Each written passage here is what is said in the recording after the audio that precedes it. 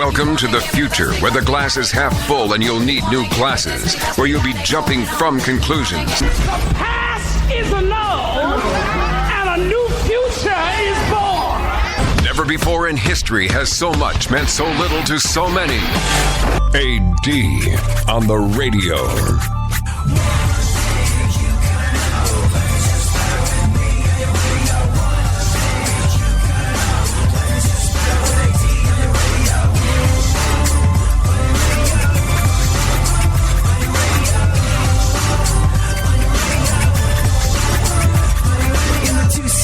It's you and the senorita. Whoop it, blowing up the tweeter, cause it's me up in the speaker. Back in the mama seat, top down like a player. And the sound up in your ears, it is the dopest rhyme. Say I run a game like a cheater, I'm bomb like they're... So a guy that had a pretty good look at humanity, in one of its more interesting times. A guy that actually kissed my grandfather on both cheeks after he played his part with the British intelligence in storming the beaches at Normandy. A guy who saw a very interesting side of humanity. A guy called Charles de Gaulle,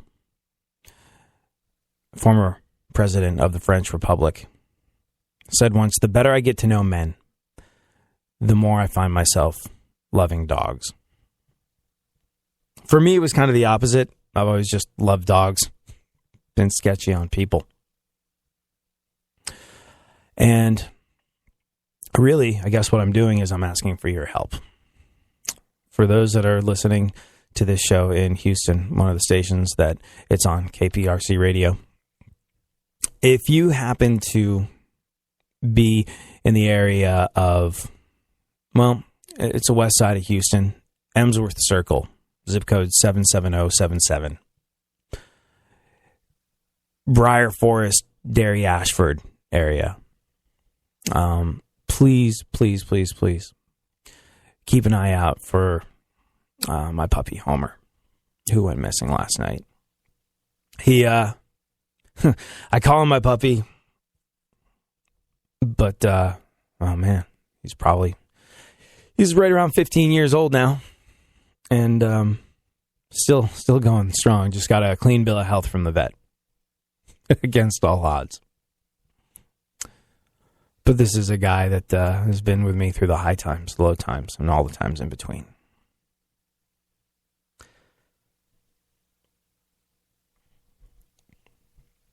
He loved me when I had nothing. And when I was nothing. He was staying with some family. I wasn't around to have him in my home last night. He was staying with some family. There were some big hailstorms in Houston over the last couple of days. And he has a routine when he stays there. He just goes out, goes into the yard and does his thing, comes back in. This is a dog that has never once run away in his life. This is a dog that sticks to you like glue. This is a dog that really just wants to hang out, be your constant companion. You could go from one room to another. He'd be asleep in one room. You move to the next one. He would wake up, go to the other room with you, just so he could fall asleep next to you again. Don't know how he knew you'd left. His hearing's not so great anymore. His vision's probably not that great either. But he knew. And he would wake up to follow you from one room to another.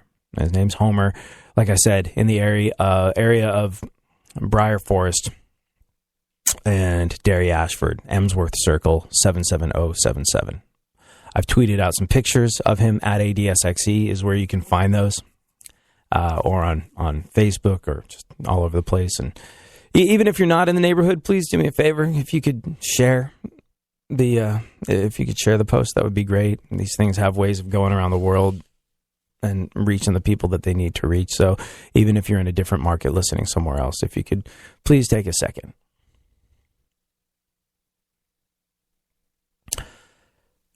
Because this little guy's everything to me, and he's given me so much happiness over the years.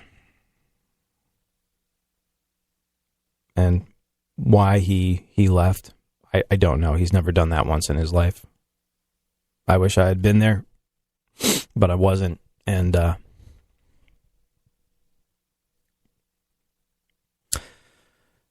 he's given me so much over the years that I've always wanted to do everything I can to make sure that his final years, his retirement home years, his Del Boca Vista years, were as happy and comfortable as possible. And I just want to be able to make that happen for him. So if you could do me that favor, by the way, we're going to try and have a normal show after this. Sam the Storyteller is here. But if you could do me that favor, if you're in that area in Houston, please keep your eye out and please share the various posts that are floating around. I thank you. I thank you so much. Thank you so much.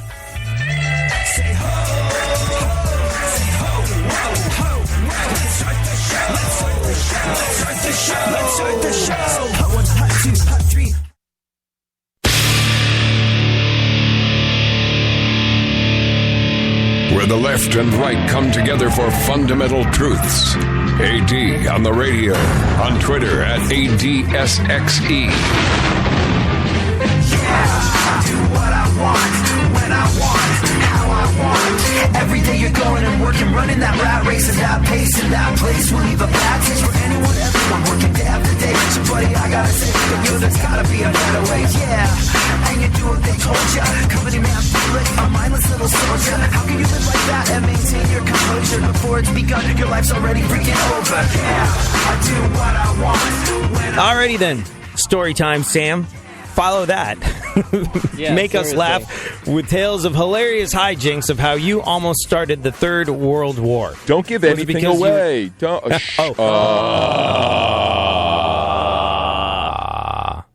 All right. Instead, I'm switching up live on the air. This is going to be a little story about a little girl and a pony. Okay, good. Oh.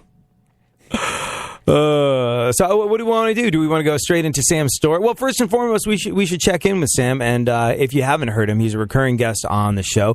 He is an award-winning storyteller, a guy who has been a Hollywood type for years. You've been a producer. You've done some directing. You've done pretty much everything that there is to do within the world of filmmaking and television and things of that nature. I made And coffee. I set it up the folding tables. I've done it all. And over the last several years, you've turned into an award-winning storyteller. You practice the art of storytelling with organizations like The Moth, and you go on radio shows much more esteemable than this one and share your tales of life. And for those that don't know about the storytelling art form, it's a little different, right? It's a little different from stand-up comedy. Like your view is going for a cheap laugh. If you're too funny, you got to try not to be too funny. Isn't that you got to not use the crutch of a laugh to get you through a subpar story? Isn't that how it goes? Well, if you're working with a subpar story, then yes, you want to use the crutch of a laugh to get you through it because that will Right. get through the subpars. But storytelling will also cover heartbreaking stories, things that aren't funny, whereas stand-up comedy is really you're there to get entertained, even if it goes political and goes very dark subjects, you're still laughing, whereas storytelling, we're just here to hurt your feelings and break your heart. Oh, good. That's exactly But not what I needed today. But not It's today. actually But not very today. fortuitous that you are here because I couldn't be happier to pass off the responsibility of carrying the show for the next 40 or so minutes to you. But real quick, what else is going on in the world of storytelling? Because one of the things I love about it is that it's sort of an emerging art form. Look, there's been Spalding Grays and Garrison Keillors and Henry Rollins type people floating around for years and years and years, but it seems as though it's an emerging art form that is being appreciated a lot more over the last couple of years. What would you say are the latest developments in this? The scene is really, it's been around forever, but it was done on a very small scale. But it seems like in the last couple of years, it's really been exploding, that there are multiple shows in multiple cities. Last night alone in the Bay Area, there were 2 or 3 different storytelting shows happening. There were 2 in Los Angeles last night that I know of. There's 3 more coming up in the next couple of days. I'm in a show tonight. We've got, I performed in Toronto a couple of weeks ago. I'll be in New York in a few days doing a show. There's a dozen different shows in New York at least that you can perform in. And the scene's really matured that the shows, for the most part, are really well produced. There's a lot of great storytellers with sharing a lot of different kinds of stories. And so you can show up to a night and just have a really wild experience. So looking at it from the outside, looking in, it seemed to me like there was no middle class of storyteller for as long. And maybe I'm right, maybe I'm wrong. But, like comedy, one thing that we've learned by having comedians on the show is that there actually is a middle class comedian. There's guys that can go out on the road and make a living, pull in sort of like $60,000 to $80,000 a year doing corporate gigs, cruise ships, and club dates. And you don't necessarily know their name. They're like, I remember we had our boy Steve Hofstetter on the show once, and he was like, one thing that surprises a lot of people is that a comic who you've never heard of before can comfortably make $75,000 a year. But it takes a while to get to that point. Storytelling, probably a storyteller not so could much. make $75,000 a year if they have a real job doing something else. Right. Yeah. How far off do you think we are from? Because it seems like either you're a theater filling rock star like Henry Rollins or someone like that, or you are, part of a developing scene. How far off do you think we are from storytelling being like stand-up comedy or even like music, in that there will be rock stars of storytelling and there will be emerging bands of storytelling? There will be mid-level storytellers that's all they do. Because I would imagine you're so good at this seems to be your passion. I would imagine that you would probably not work in film or television production and not choose to set up coffee urns and things like that ever again. Not that you've been at that stage in your career for a very, very long time, but I would imagine that you would happily jack all that in for, hey, I'm going to go out and tell my stories 4 nights a week. Absolutely. And that is coming. We're still a few years away from it because it's still an emerging thing. It is starting to penetrate the much smaller markets and more people are becoming aware of it. But stand-up comedy, there's clubs everywhere. You can perform in any hotel lobby or dive bar anywhere and get paid, whereas we still don't have that with storytelling yet. People still across a lot of the country just don't understand what it is until they're exposed to it, until they're brought to a show, and the shows need to come to them. So hopefully that'll be happening soon in the next few years. And is there like a college circuit? Like I remember musicians, comedians, folks like that, lecturers could get on a college circuit and make sort of like they could, like I don't want to sound like I'm breaking this down into fiscal. I'm being overly analytical from a financial standpoint with this, but it's interesting as it grows into something that we can book you a bunch of college dates that'll pay for the next 3 months of your life. How far off are you from that? Well, I thought about exploring that, but colleges are so against anything non-threat. They want every piece of work to be completely non-threatening that they bring to students, and they don't want to reinforce any sort of negative stereotypes whatsoever. And storytelling doesn't fall into that. And Funkhauser's yelling at.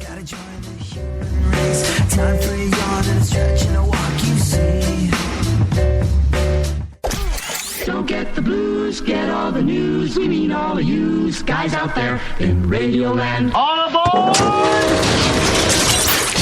He's back. AD on the radio. Give it up, yeah. Give it up, yeah. Bring this on, come on, come on. That's the way you do what we do. That's the way you do what we do. That's the way you do what we do. You do what we do. You do what we do.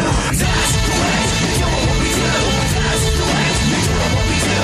That's the way you do what we do. You do what we do. You do what we do. Well, it's a new one. Here I come again, coming again, taking it back to the. Alrighty then. We are lucky enough to be joined on the show today again by our award-winning storytelling friend, Sam Firestein. And what you got for us today, without giving too much away before you dive straight into it? How you said earlier that it was a real pleasure to have me here, and no one in this story would agree with that. Take it away then. July 1997, Grand Canyon National Park. I am collapsed, lying dead in front of a warning sign that lists all the ways that the Grand Canyon will kill you. Dehydration, hypothermia, heat stroke, heart attack, falling off the canyon. Like, literally, a couple dozen people get killed there every year. It is America's most beloved national park, but it is also what people don't find out until it's too late. It's also our most deadliest. And all I could think to do was mock that. So I'm collapsed, lying dead, faking being dead in front of this warning sign. And it was while my buddy Scott was getting a picture of me that this woman started screaming because she thought I was really dead. which was awesome. And it was all that my very, very small, immature, malformed brain needed to then declare, I'm going to get my picture taken like this everywhere I go. And I did. And nobody liked it, right? Rockefeller Center, Christmas time. All the families gathered around the Christmas tree. Nobody there appreciated the dead guy laying down on the ground. Nobody liked it. Not one. Maui Four Seasons collapsed in the lobby. They didn't appreciate that at all. In fact, they said, you're not a guest here. Would you please get up and leave? Nobody liked it. I loved it. I thought it was hilarious. And I just did it everywhere I went, including August 2000, Great Pyramid of Giza, Cairo, Egypt.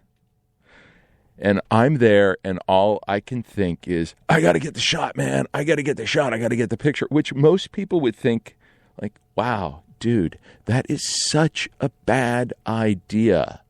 And you know what? They would be right. But, in my defense, keep in mind a couple of things. I do have a defense. It's flimsy, but I have one. It was August of 2000. This was a pre-9/11 world. And do you know what a pre-9/11 world means? I mean, travel back with me to those halcyon days of a pre-9/11 world. You didn't even say pre-9/11 because 9/11 hadn't happened. It wasn't part of the world, of the texture of the culture. We had no idea. It was a much different time. We didn't worry about things. It was a calmer, more peaceful time. And, or at least we thought it was. And also, if there was one thing that I had come to understand about the Egyptian people in the 12 hours that I'd been in country, they know comedy. These people know comedy. And I knew that because 2 hours earlier, I was standing in downtown Cairo staring up at a marquee. It wasn't even a marquee. It was like a giant billboard for a play. And I'm looking up, my jaw's on the ground because I'm staring at these huge caricatures of Bill Clinton, Hillary Clinton, Vernon Jordan. Remember Vern? Vernon Jordan. and Linda Tripp. Remember? Are all these people coming back to you? Mm-hmm, exactly. And towering over all of them was this monstrous caricature of Monica Lewinsky, complete in the Gap dress, complete with, and I have to say, this was the first, I've been to a lot of bar mitzvahs and I've been to a lot of weddings, but this was the very first time I saw a caricature representation of a presidential reproductive DNA stain. And my guide, this guy Tamir, he was great. He was 26 years old. We were really close in age, and I really dug him. And he was an excellent guide. But he's explaining to me, he goes, it is a play, a comedy most popular in all of the country. It is called Clinton and the Blue Dress. And I am thinking, oh, man. Of course, they loved it in Egypt because out there, if you said any bad words about the president, you got scooped up and went to a secret prison and got tortured. So they loved that we could just destroy Clinton with, his little indiscretions with Monica the Jewess, as the English language newspaper put it out there. But I'm staring at this and I'm looking at this thing and I tell him, I go, dude, I have got to get a ticket. And he goes, but it is in Arabic, speak. And I go, no, man, but I speak comedy. And I couldn't get a ticket because it really was sold out for a year. And it was the play was actually so popular that the government made them change the name to Kimmel and the Blue Dress so it wouldn't upset international relations. Of course, they changed the name, but the marquee, this giant, huge caricatures, was left in place with no mistake who they were. So I am at the pyramids, And I've just got a head full of Clinton in the blue dress, and I'm thinking, this is going to be the greatest picture of me lying dead ever. Ever, ever, ever. And the thing is, if you've never been to Cairo, if you want to like understand what a map of Cairo is, just take a huge pot of spaghetti and drop it on the ground, because that is like, it is just this winding, crazy labyrinth that's totally chaotic. And that is built right up to the edge of where the pyramids are. And then behind the pyramids are just vast, endless desert. And they're stunning. The way that the pyramids are laid out against the horizon, it is just mind-boggling. Like what an incredible feat of architecture they are. It's breathtaking. And I'm standing there, and I did it all, right? I got the picture on the camel in front of the pyramids. I went inside, and I got to tell you, it's really an inopportune time to find out that you're a little claustrophobic when you're deep inside of a tomb in the middle of the desert in the middle of August. But I was there. It sucked. I got out. I did it all, except I got to get the picture. And I'm looking at Tamir, and I got to tell you, this guy, he is a licensed guide. He has a degree in history. He has a degree in tourism. This is his career. It's not like some summer gig. I will guarantee that of the hundreds of people that he took to see the Great Pyramid of Giza, I'm the only one who ever said, all right, dude, here, take my camera. I'm going to go run out on the promenade, and I'm going to just collapse, and I'm going to lay there dead, and you got to get the picture of me. And he's going, I don't understand. No, this is a very bad idea. And I go, no, dude, trust me. This is going to be epic. And I just I give him the camera, and I take off, and I run out in the middle of the plaza, and I just collapse like I've been shot. And I'm laying there, and I got to tell you, there's thousands of tourists everywhere. And I'm just laying there going, man, this is it. I'm like giggling myself, like just how great this is. Like this will probably be the last time I take one of these pictures, because I can't top this. There's no way to top it. So I'm laying there, and I hear like a commotion, and I feel like a bunch of footsteps like running up towards me, and some yelling in Arabic. And then I hear the unmistakable sounds of metal ratcheting, and I open my eyes, and I look up, and I see I'm staring up at half a dozen fully automatic weapons pointed at me, courtesy of the Egyptian tourist police.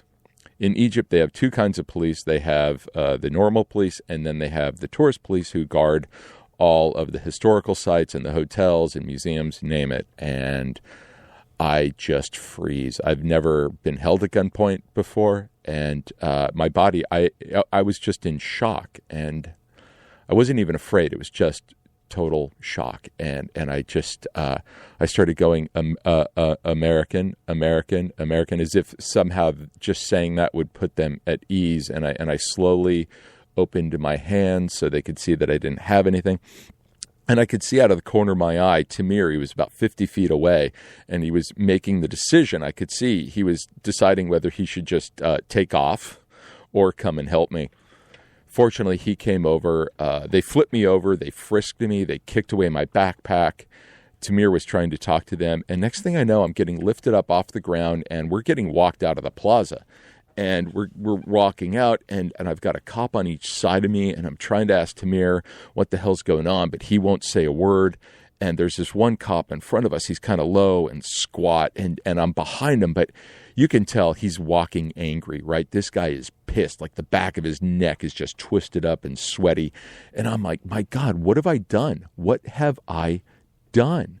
Because it's like, I didn't know. And now I'm thinking, I'm like, oh my God, I'm getting arrested. I'm getting arrested in Cairo. I've never been arrested before. Cairo seems like a hardcore place to start, right? And worse, then I start thinking like, oh wait, if I get arrested in Cairo, they're going to send somebody from the embassy. I'm going to now have to explain to another adult what I was doing. Ugh. So they get us way out by the bathrooms, like away from everybody. And the cop, he just turns to Tamir and he starts yelling at him. He's like, he wants to know what the hell's going on. And I found out some of this later because Tamir started, he was trying to translate, but they were just saying, I don't know, when Tamir finally said the word joke, I heard the guy, he just started screaming. The cop was like screaming at him in Arabic, like just screaming. And I'm looking at Tamir going, my God, what happened? What happened? What happened? And Tamir's trying to translate, but all I'm getting are bits and pieces words like Luxor, jihad, tourists, murder. And I'm like, oh, no. 3 years earlier, because I knew exactly what was going on. 3 years earlier, 1997, Islamic jihadists wanted to overthrow the government. And the thing about Egypt is the single most important component of their economy is tourism. And if you want to overthrow the government, what do you need to do? You need to collapse the economy. How do you collapse the economy? You kill tourists. And that's what these jihadists did. They went to the number 2 historical site in Egypt, and they gunned down 60 some odd tourists, Germans, Americans, I think Japanese. And, that is when the government put in the tourist police to then protect all of the historical sites. And now here I am, funny guy, laying dead at the number 1 reason why people travel to Egypt. And this guy is out for blood, and he is going to kill both of us. And he starts screaming at Tamir, and he finally tells Tamir, and Tamir goes, oh my God. I go, what? And he goes, oh, he wants my license. And I'm like, oh God, no. Like, I've been in country literally like 12 or 14 hours at this point, and I am destroying this guy's career. If he loses his license, that's it. And I dive in front of him, and I just say, like, no, me. I'm stupid American, stupid. It's my fault. I did it. Not him. And somehow, and I just went going on and on like that. It penetrated. It worked. This guy loved hearing stupid American. And I body blocked Tamir, and I wouldn't let it go. And I just kept calling myself a stupid American for the next 5 minutes until the guy finally just told us to get out. And we did. And while we were walking away, I started giggling a little bit to myself, because the only worse thing than not getting in trouble is almost getting in trouble. And as we're walking out, I was looking at Tamir, and I'm thinking, don't ask, don't say it. But I said it. I went, because Tamir's pissed. And I said, did you get the shot? And he goes, yes, I got the shot. And he did. And it was horrible. It was a terrible picture.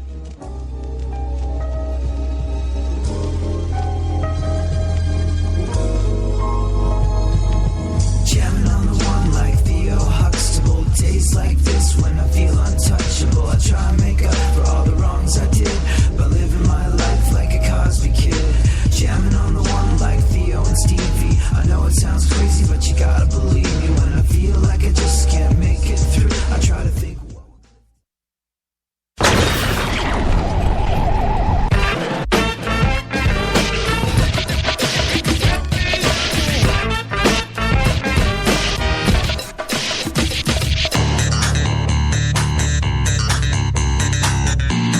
Now, more AD on the radio.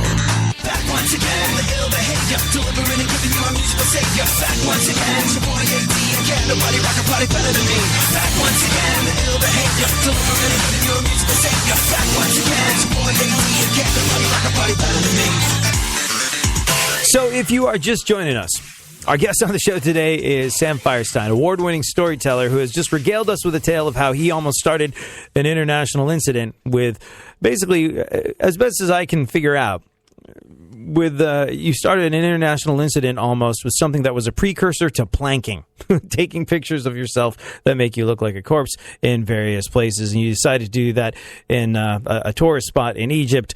And that was not looked fondly upon by Egyptian authorities. Almost lost your buddy Tamir his license. It could have been very, very bad. You'd never been arrested before. Your first time could have been an Egyptian prison. In the year 2000, that would have not gone well. No, it really would not have gone well. And I'm sure it would have been incredibly expensive to hire an international attorney to get me out of this. And I would, everywhere I'd have to go, I'd have to be standing in front of people trying to explain what I was doing. Yeah. Your name would have been Mud in Egypt. I think in Egypt, actually, that's a name. Like, hi, this is my buddy Mud. Oh, this is Tamir. Good to meet you. Wow.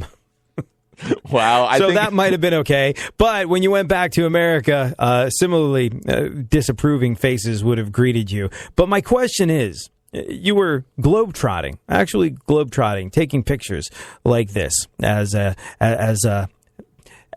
sophomoric tomfoolery. They were japes. That's what these pictures were, these precursors to planking, where you attempted to look like a corpse in but the places and freak people. Made no sense. At least like lying dead, there's something to it. And then those people weren't even real planking. They were just laying flat. Like a plank, if you work out, is something that strengthens your core muscles. These people weren't even doing that much. So the obvious question is, where are the pictures?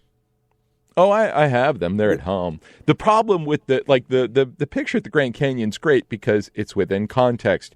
I'm laying in front of a sandwich board that has a skull and crossbones on it and a list of things that will kill you. In Egypt, the problem with the pyramid picture is it makes no sense, right? It's from such a wide angle to see the pyramid, and then my body, it just looks like a little clump of laundry on the ground, like in the great distance, and there's no context. It doesn't make sense. It's odd, and it's just terrible, and you look at it and you can't really tell what it is.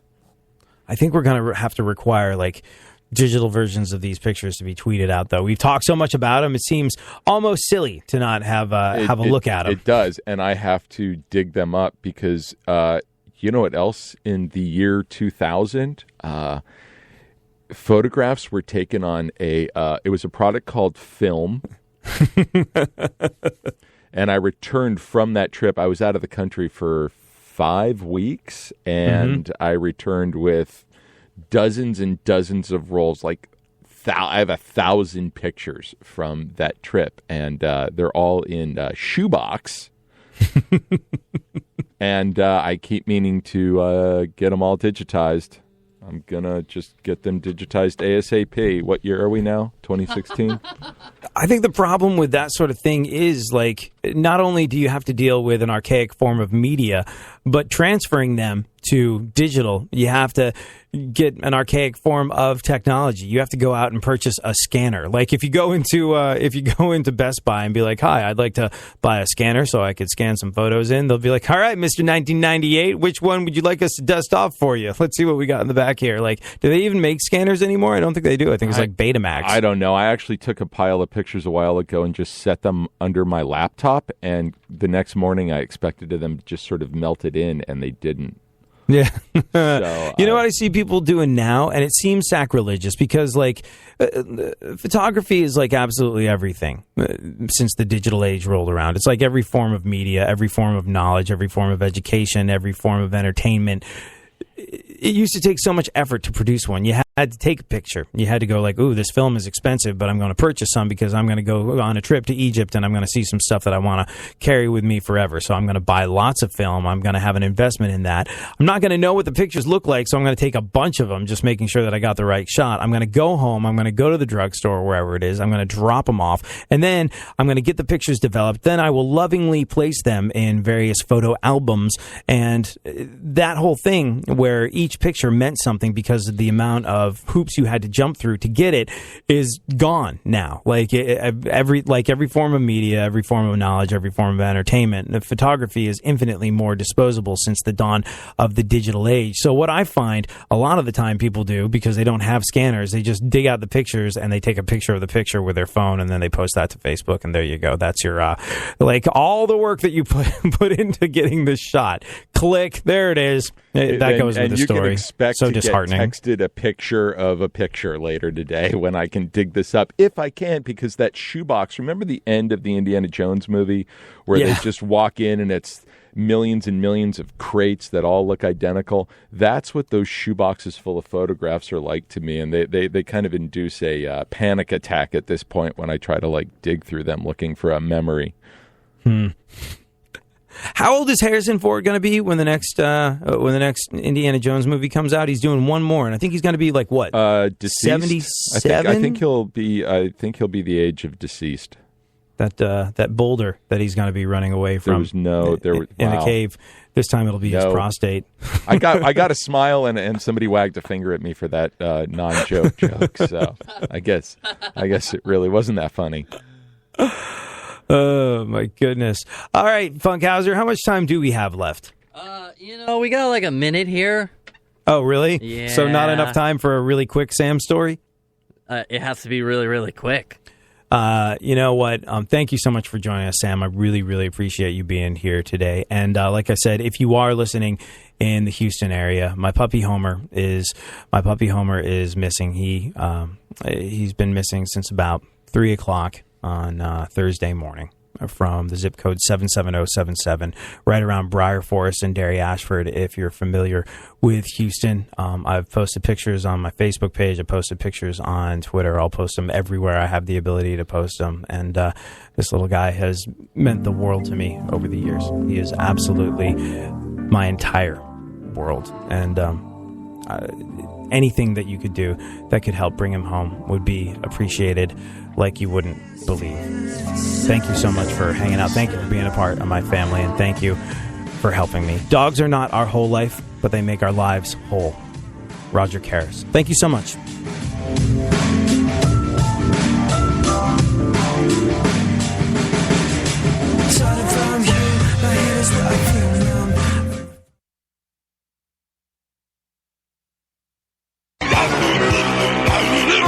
There's something happening here, and you should know what it is. The Dumbing Up of America. Now, more AD on the radio.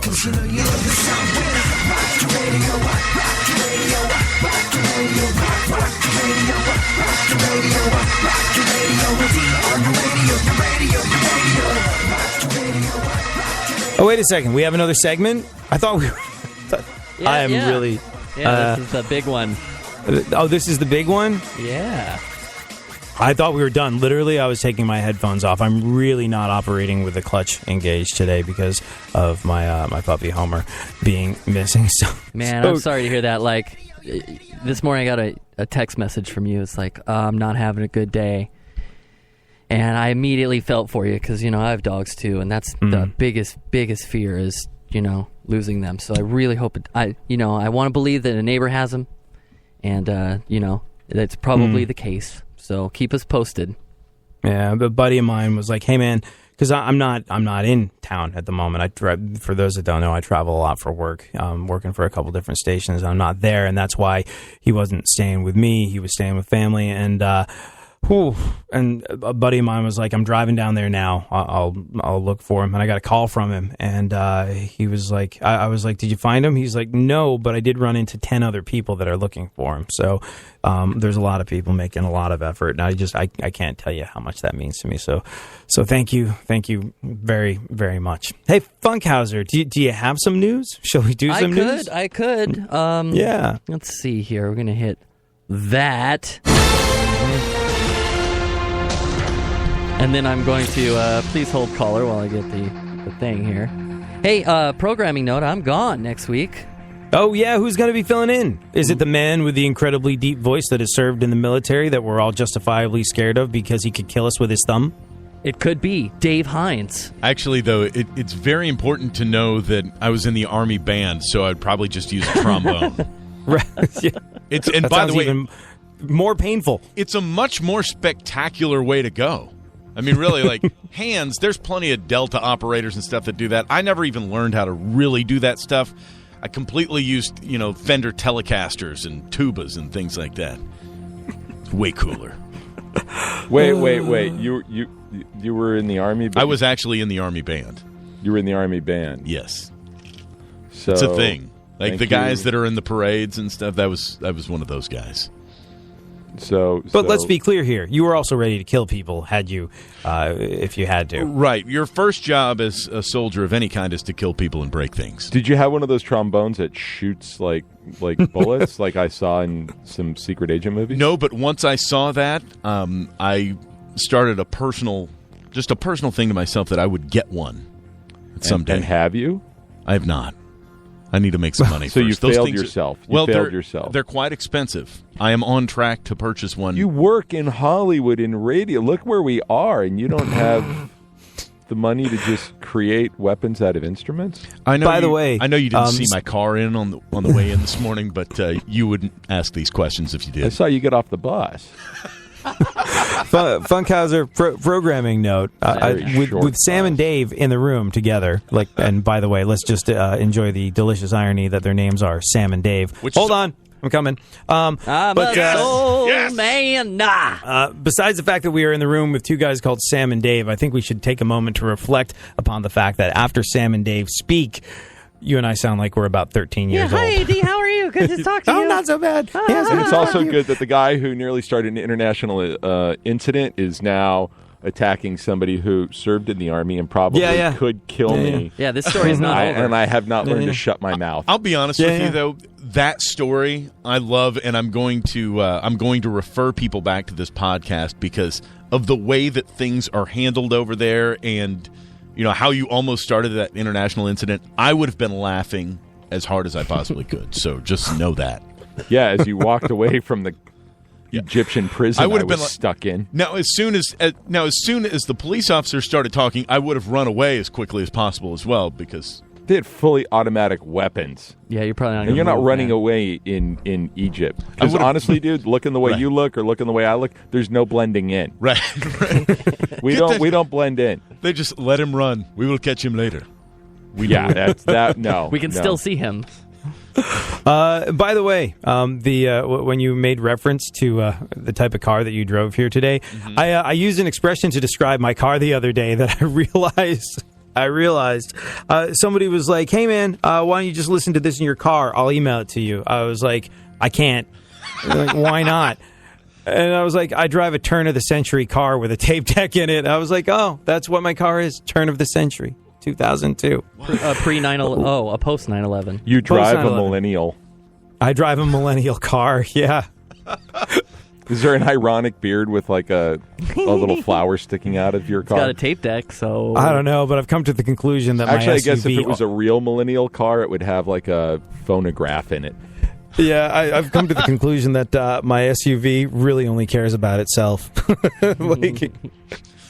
And you know what? I mean, there is a certain amount of hipster irony in the car in that it does have a cassette deck in it. It was the last year they made one. It also has a CD player, and it even has like a very, very early navigation system that hasn't worked since around the turn of the century because it's one of those ones that doesn't update. You have to go like buy a DVD and stick it into like it's just like so stupid. I was like, hey, the DVD's not running properly. How much is that going to cost to replace? And they're like, a few $100. I was like, I'm just going to be using my phone from here on in. So it has a broken turn to the century navigation system in it, complete with tape deck. So is there hipster irony in my car?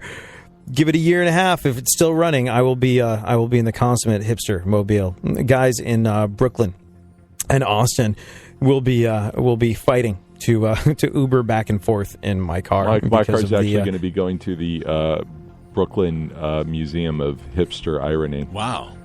Yeah. I'm only going to park it in free trade, locally sourced organic gravel driveways. You could donate it to some freegans who are dumpster diving behind the Whole Foods.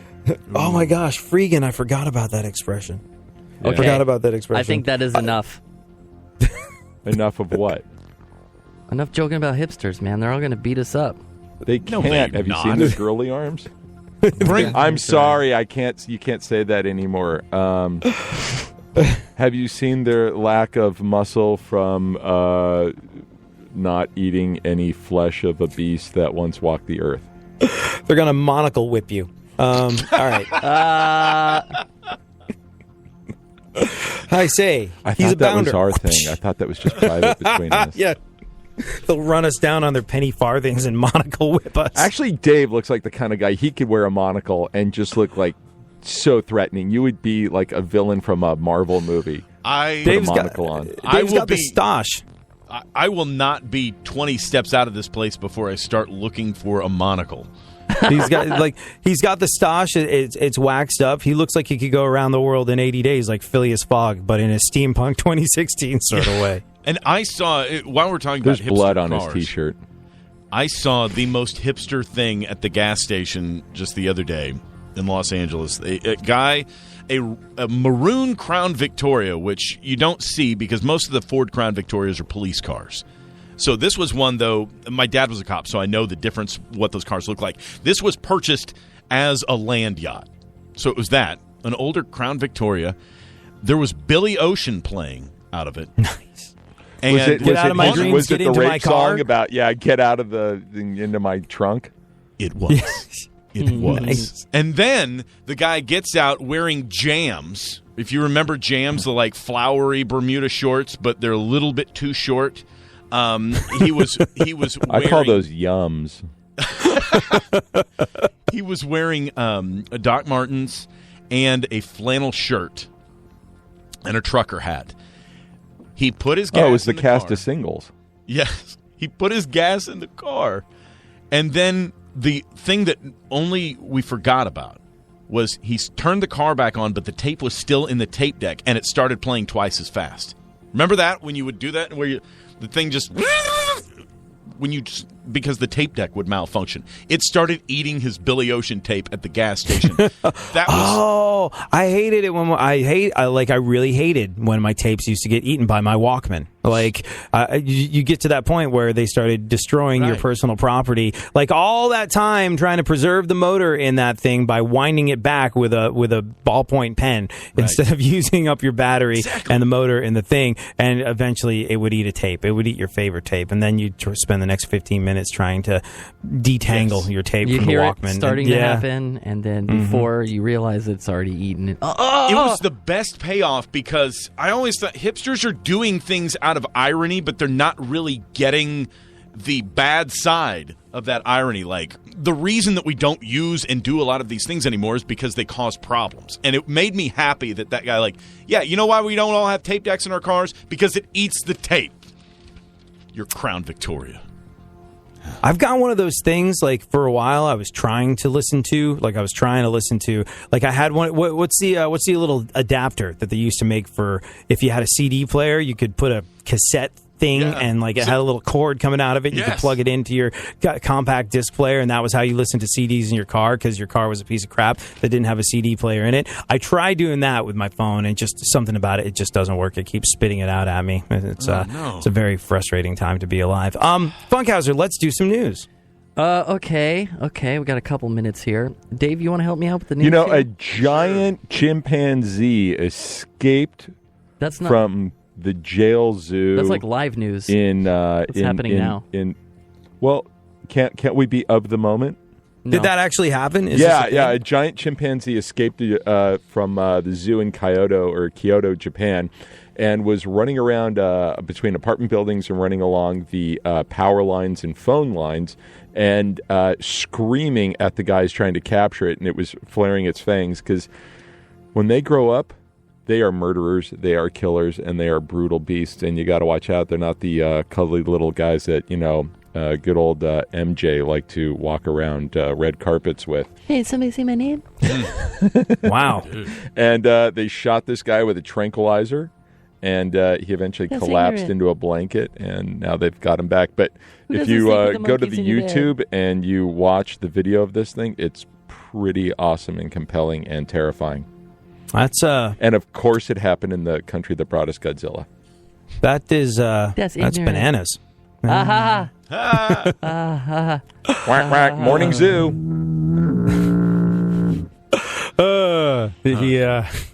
He probably got so far because he had a lot of aptitude. Wow. Wow. It's too late for all of this. Wonder how is your refrigerator running? You better catch it. Wonder how he broke out of his cage. Maybe he had a monkey wrench. Hey, everybody! Everybody go! AD right there. Your joke is being processed. Is it a coincidence that it happened in April? I don't think so. Okay. That was actually... And then all the other chimps escaped because, monkey see, monkey do. Oh, God. You're getting so much better. Go on.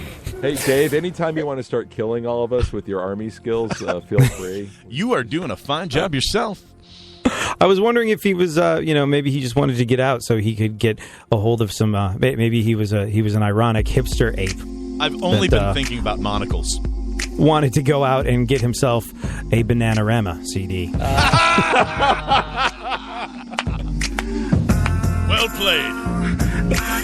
That's enough of that.